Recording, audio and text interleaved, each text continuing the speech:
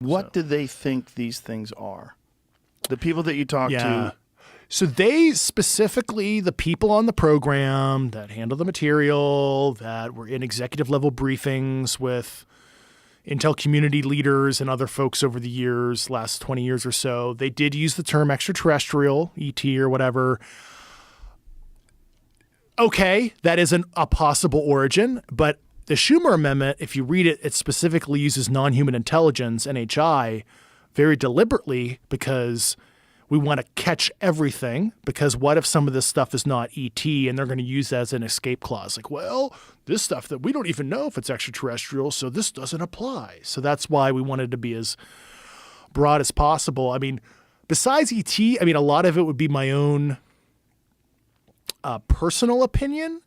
I think we have a couple conceivable buckets, and I'm using the work of Jacques Vallée, other people that have thought deeply on the issue, on how the phenomenon has changed since antiquity. It showed itself in a different way. Like a good example is like witches sitting on your chest phenomenon with paralysis in medieval and Enlightenment era became this alien abduction phenomenon in the modern era. And is it the recipient and their analytical overlay cognitively seeing the phenomenon based on a modern interpretation, inside out?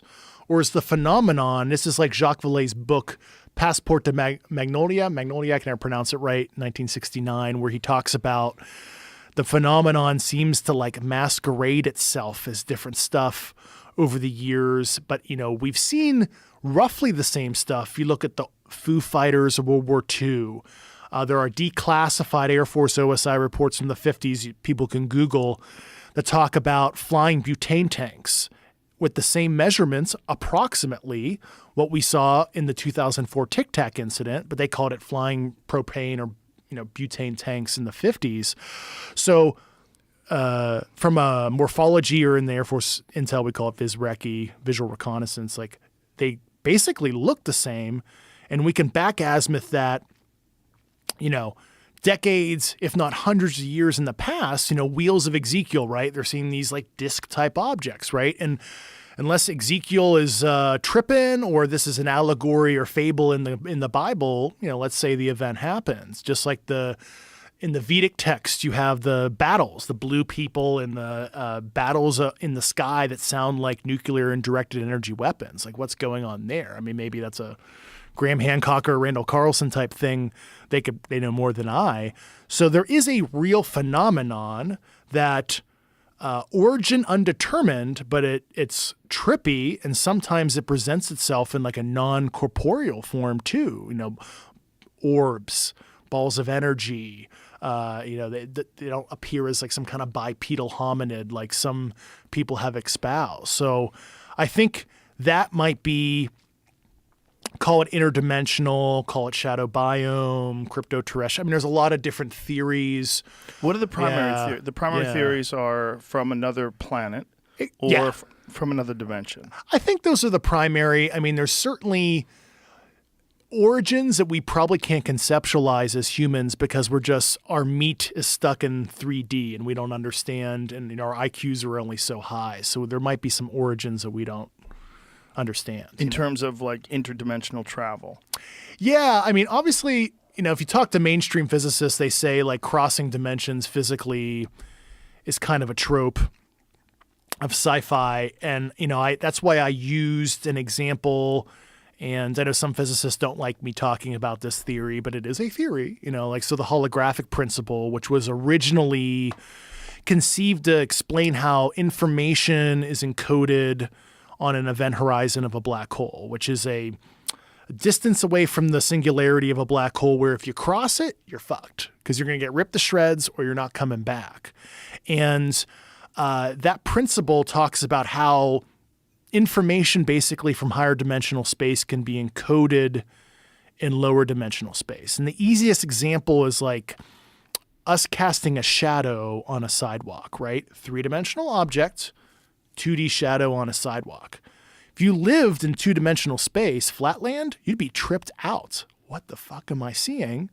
But they just don't know that it's really just a person in higher dimensional space. So is some of obviously we have physical material that's in three-dimensional space that we've recovered, but at least maybe some of the phenomenon is really operating in higher spatial dimensions, but is either being projected or quasi-projected into our 3D plus time space, which is really trippy to think about, but we literally do it on a day-to-day basis, like casting shadows. So, and that might be some of what we're seeing too, but I mean, I presume we know more. The people I talked to did not espouse they had full knowledge either. Like I said, the normal colloquialism was to say ET or extraterrestrial. Could you dumb down this concept of interdimensional?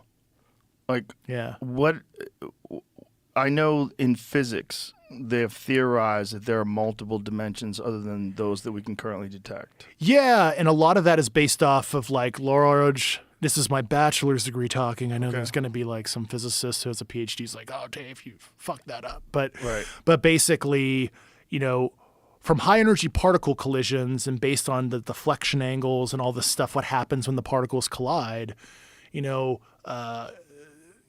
confirm certain theoretical frameworks about extra spatial dimensions. And, I can't speak with any real authority on, precisely how that works, but a lot of whether it be string theory or quantum mechanics are based off of higher spatial dimensions. And, so that is a mainstream physics theoretical framework. That's not like wacky or loony or anything like that. So, but that's basically a possibility. But like I said, like we don't really have a good theory if you lived in like 5D space, for example. It's almost like remember the ending of the movie Interstellar, right? Yes. Where he's pushing the books. Mm-hmm. He's like in a tesseract, which is like a 4 to 5D structure, but he's trying to interact with 3D space. And of course he like leaves that space to come back to his daughter many years later at the ending of the movie. Great movie. But so that's a way to conceptualize it in something you may have watched in film. It's kind of like the ending of Interstellar. Oh yeah. Yeah, there you go. Yeah.